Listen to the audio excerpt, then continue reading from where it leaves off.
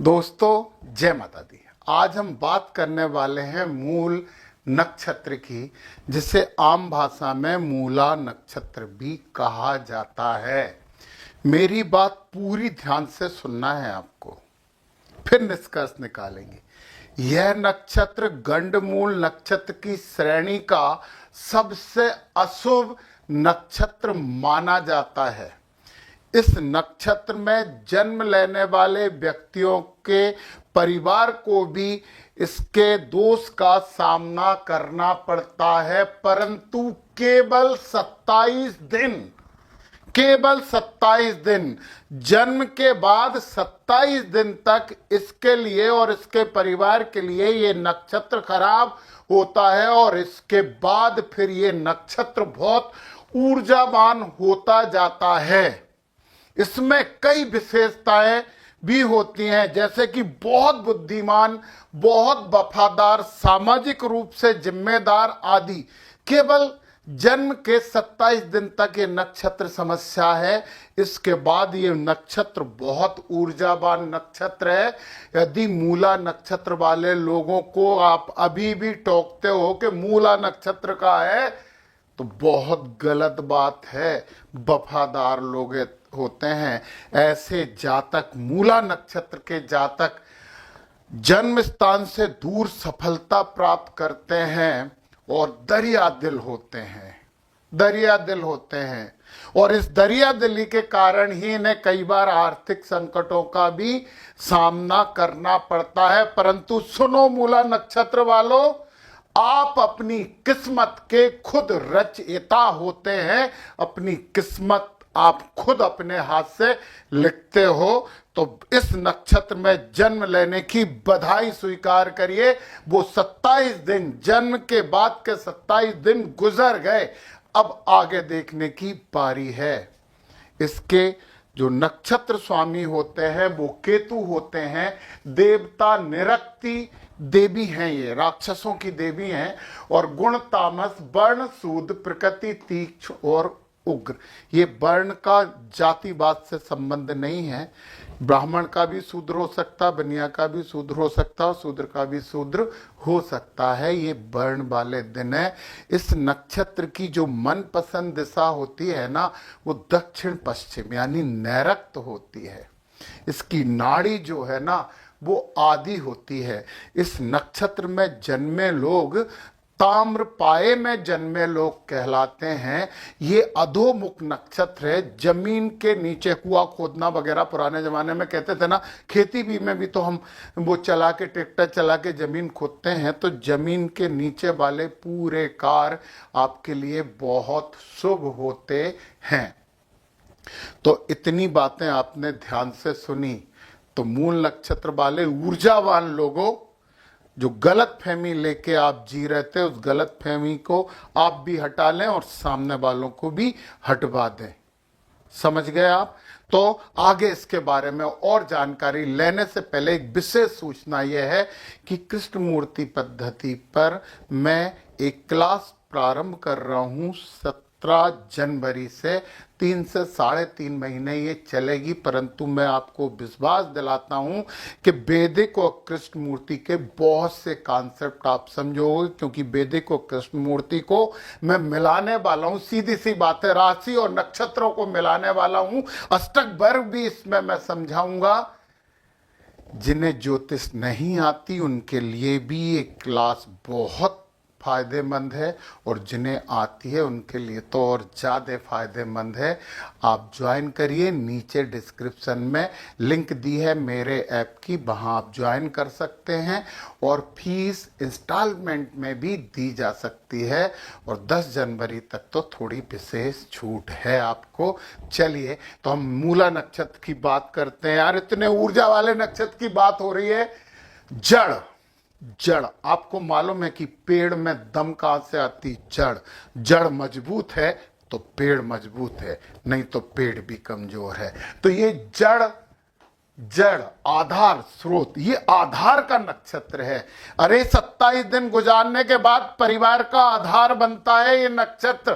क्या बात करते हैं आप लोग? मूला नक्षत्र बुरा है।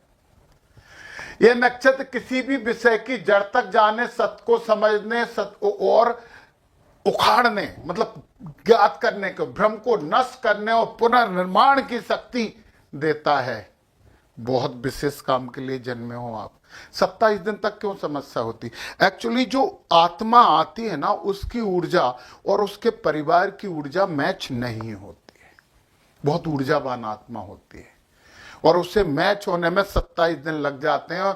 और उस समय हम बहुत से उपाय और मूला नक्षत्र की शांति वगैरह सब करके ऊपर वाले से प्रार्थना करते हैं कि ये आत्मा हमारे परिवार की आत्माओं से, यानी ये ऊर्जा हमारे परिवार की ऊर्जा से मिल जाए। समझिए आप ये बात, ये विनाश के माध्यम से शुद्धि का काम भी करती है। ये नक्षत्र जीवन में तीव्र परिवर्तन, टूटन, अलगाव, शोध और आत्मिक जागरण लाता है।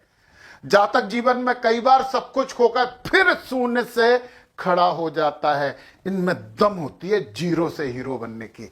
दिखने में कठोर, भीतर अत्यंत सत्यनिष्ठ और आत्मिक होते हैं। बहुत सच्चे लोग होते हैं। विश्वास करिए आप मूल नक्षत्र वालों, विश्वास करिए। दिखने में कैसे ही लगेंगे, परंतु विश्वास करिए इन पे। मानसिक एवं आध्यात्मिक प्रवृत्तियां, सत्य की खोज, माया से विरक्ति, पूरा दान कर सकते हैं एक बार में जो कुछ है सब। आत्मविश्लेषण, गहन विचार, अस्तित्व संबंधी प्रश्न, एकांत, प्रियता, भीड़ से दूरी बनाने की कोशिश करते हैं। मृत्यु, जन्म, कर्म, मोक्ष जैसे विषयों में बहुत रुचि होती है। बहुत बड़े अन्वेषक होते हैं ये मूला नक्षत्र वाले। आध्यात्मिक क्रांति, वैराग, त्याग, जीवन में कठोर अनुभवों से परिपक्वता लाते हैं। और केतु प्रभाव के कारण भ्रम, भंग और आत्मिक दृष्टि। बस केतु थोड़ा सा कई बार मानसिक भ्रम उत्पन्न करता है, परंतु ये उस भ्रम से बाहर निकलने में सक्षम होते हैं। ये बात समझ लीजिए मूला नक्षत्र वालों, समझ लीजिए। कार्य क्षेत्र, लगभग हर क्षेत्र में ये सफल होते हैं। आप इसके स्क्रीनशॉट जरूर ले लिया करें। जहां पे भी पुनर्गठन की जरूरत है वहां ये बहुत अच्छा काम करते हैं। ये शिक्षक भी बन सकते हैं, ज्योतिष अच्छे बन सकते हैं। जड़ से जुड़े कार्य, जड़ी बूटियों के कार्य इनके लिए, इनके द्वारा दी गई जड़ी बूटी बड़ी प्रभावी होती है। खुफिया जांच एजेंसी, संकट प्रबंधन, एक कहीं कुछ बड़ी घटना घट गई तो ये सबसे आगे जाते हैं उसमें। मनोविज्ञान चिकित्सा, फार्मेसी, शोध चिकित्सा, विशेषकर शल्य चिकित्सा, दंत चिकित्सा, ये सब में है। व्यवहार सीधे, स्पष्ट, कभी कभी कठोर। तू से तो तू ही बोलेंगे, तुम नहीं बोलेंगे, ये समझ गए। झूठ और दिखावे से घोर विरोध, भावनात्मक रूप से संयमी पर भीतर से गहन, अत्यधिक आत्मसम्मान होता है। इस वजह से भी ये समाज से कम जुड़ पाते हैं। कई बार किसी पर निर्भर ना रहने की प्रवृत्ति, ये डिपेंड नहीं रहते बिल्कुल। संबंधों में सत्य और पारदर्शिता की अपेक्षा, छल कपट सहन नहीं करते। जीवन में अचानक परिवर्तन सामान्य। यदि इनके साथ छल करोगे तो ये दूर तक छोड़ के आएंगे आपको। ध्यान रखिए आप मूला नक्षत्र वाले। धनु राशि भी अग्नि तत्व की राशि होती है, चारों चरणों में होती है ये धनु राशि। तो बहुत ज्ञानी और बड़े गुस्सेल राशि होती है। देवता निरक्ति, निरक्ति देवी हैं। देवता लिखते हैं निरक्ति विनाश, अलगाव और निषेध की देवी हैं। वे अनावश्यक को हटाती हैं, असत्य, अहंकार और माया का नाश करती हैं। यार सत्य को पसंद करने वाले, असत्य से नफरत करने वाले लोगों को जमाना ज्यादा पसंद नहीं करता है ना। झूठ बोल रहे हैं, झूठ उगा रहे हैं, उन्हें पसंद करता है। इसलिए ये मूला नक्षत्र वाले समाज से थोड़े से कहीं अलग से हो जाते हैं, कट जाते हैं। निरक्ति कृपा से जातक भयमुक्त और आत्मबलवान बनता है। इनमें आत्मबल बहुत होता है। बंधी हुई जड़ें, चिन्ह है, उखड़ा हुआ वृक्ष और नंगे मूल। जड़, किसी भी चीज की जड़। हम तो कह रहे हैं गाजर। गिद्ध है नक्षत्र का पक्षी। पवित्र वृक्ष है पीपल, पीपल के पेड़ की जरूर सेवा करिए, बहुत अच्छा होगा। बीज है ओम केम केतवे नमा, ये केतु महाराज के लिए है। मैं आपको बोलूंगा ये वाला मंत्र आपको रोज 108 बार करना चाहिए। ओम निरक्तये नमः, ये निरक्ति देवी का मंत्र है। नमः शिवाय, ओम गम गणपते भी आपके लिए बहुत अच्छे। ये केतु को भी ठीक करते हैं और इस नक्षत्र को भी ठीक करते हैं, परंतु ओम निरक्तये नमः की जरूर आप मंत्र किया करो। विशेषता क्या है, ये असत्य को उखाड़ने की क्षमता रखने वाला नक्षत्र है चारों चरण में। हमने देखा केतु नक्षत्र के स्वामी हो गए, गुरु राशि स्वामी हो गए और मंगल इसके स्वामी हो गए। मंगल आपके पहले चरण के स्वामी हो गए। गुरु और मंगल की पड़ जाएगी। केतु गुरु के सामने सरेंडर रहता है, क्योंकि केतु को ज्ञान होता है परंतु उसके पास दिशा नहीं है, और गुरु के पास दिशा होती है। तो केतु और गुरु मिलके और बड़े आध्यात्मिक बन जाते हैं। इसलिए जो लोग कहते हैं ना कि ये बुरे हैं, वो बिल्कुल गलत है। वे बुरे हैं, बुरे बोलने वाले अच्छे हैं। मंगल से ऊर्जा मिलती है, बहुत अच्छा चरण है। शुक्र यहाँ पे आ गए। गुरु और शुक्र दोनों यहाँ पे दो गुरु हो गए। बड़े ज्ञानी होते हैं, बहुत ज्यादा सच्चाई को पसंद करने वाले होते हैं, कड़वा बोल देते हैं, कई बार दिशा भ्रम होता है इन्हें। फिर ये बुध होगा तो बहुत ही अच्छी बात है। बुध, केतु और गुरु खुद के लिए भी और समाज के लिए, सबके लिए ये लोग फायदेमंद होते हैं तीसरे चरण के। और चतुर्थ चरण के स्वामी चंद्र हैं, ये ज्यादा सेंसिटिव, ज्यादा संवेदनशील हो जाते हैं, परंतु गुरु का ज्ञान तो रहता है, केतु का भी ज्ञान रहता है, संवेदना ज्यादा रहती है, उससे थोड़ा सा भावनात्मक रूप से बचिए। अब हम ये समझने वाले हैं कि इस नक्षत्र को कौन सा ग्रह धन देगा और कौन सा ग्रह इसके लिए हमेशा सुरक्षा दीवार बन के खड़ा हो जाएगा। तो जो सुरक्षा दीवार बन के खड़ा होगा, रेवती, अश्लेषा और ज्येष्ठा नक्षत्र के मालिक जो होते हैं वो बुध होते हैं। तो बुद्धि आपके लिए हमेशा एक प्रोटेक्टिंग लेयर के जैसे काम करेगी। तो बुद्धि का उपयोग जरूर करते रहना। और यह है संपत नक्षत्र जो आपको धन देने वाला है। जो आपको धन देने वाला है वो पूर्वाषाढ़ा, भरणी और पूर्वा फाल्गुनी, और इसके स्वामी होते हैं शुक्र। मतलब धन देंगे शुक्र धन देंगे। कुंडली में स्थिति पे भी बात करेंगे, परंतु शुक्र धन देंगे। तो शुक्र को बलि करने के लिए आपको क्या करना पड़ेगा? स्त्रियों व पत्नी का सम्मान करिए, नंगे पैर कभी ना घूमें, कला व संगीत में रुचि रखें, सफेद चंदन और इत्र जरूर लगाएं, फैशन चमकीले वस्त्र पहनना आपके लिए बड़ा शुभ है, फ्लर्ट करने से बचें, तांबा धारण करें, ये बहुत इंपॉर्टेंट है, शीशे के बर्तन का कम से कम उपयोग करें तो शुक्र अच्छे हो जाएंगे। आपको भोजन का दान करना चाहिए, ये आपके लिए बड़ा शुभ है। तो कौन कौन से कैरियर आपके लिए अच्छे? होटल, रेस्टोरेंट, मनोरंजन उद्योग, फिल्म, संगीत, ज्वेलरी, विदेशी व्यापार, ज्वेलरी का काम कर सकते हैं, सौंदर्य प्रसाधन का कोई भी काम कर सकते हो।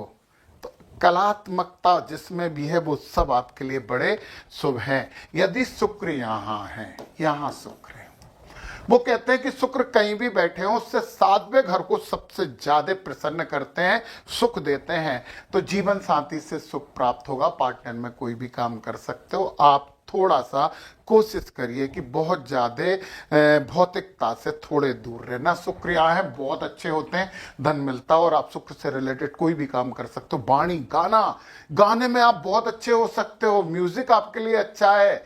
तो कला, यहाँ पे 3 छोटी छोटी यात्राएं, यहाँ पे भी आर्टिस्टिक, फिल्म इंडस्ट्री वगैरह बड़ी फायदेमंद है। यहाँ पे जमीन से जुड़िए, जायदाद से जुड़िए, आप वाहनों से भी जुड़ सकते हैं। लग्जरी जो भी चीज होगी, मतलब आप मकान यदि आप काम करें तो लग्जरी मकान आपके लिए बहुत शुभ होते हैं। तो इन चीज को ध्यान रखिए, मतलब डिजाइनर चीज चाहिए यहाँ पे होंगे तो ध्यान रखिए।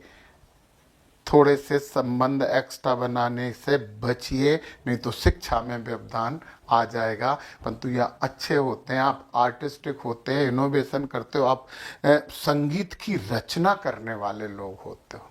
परंतु मन को समझाना पड़ेगा, आप थोड़े भौतिकतावादी ज्यादा हो जाते हो।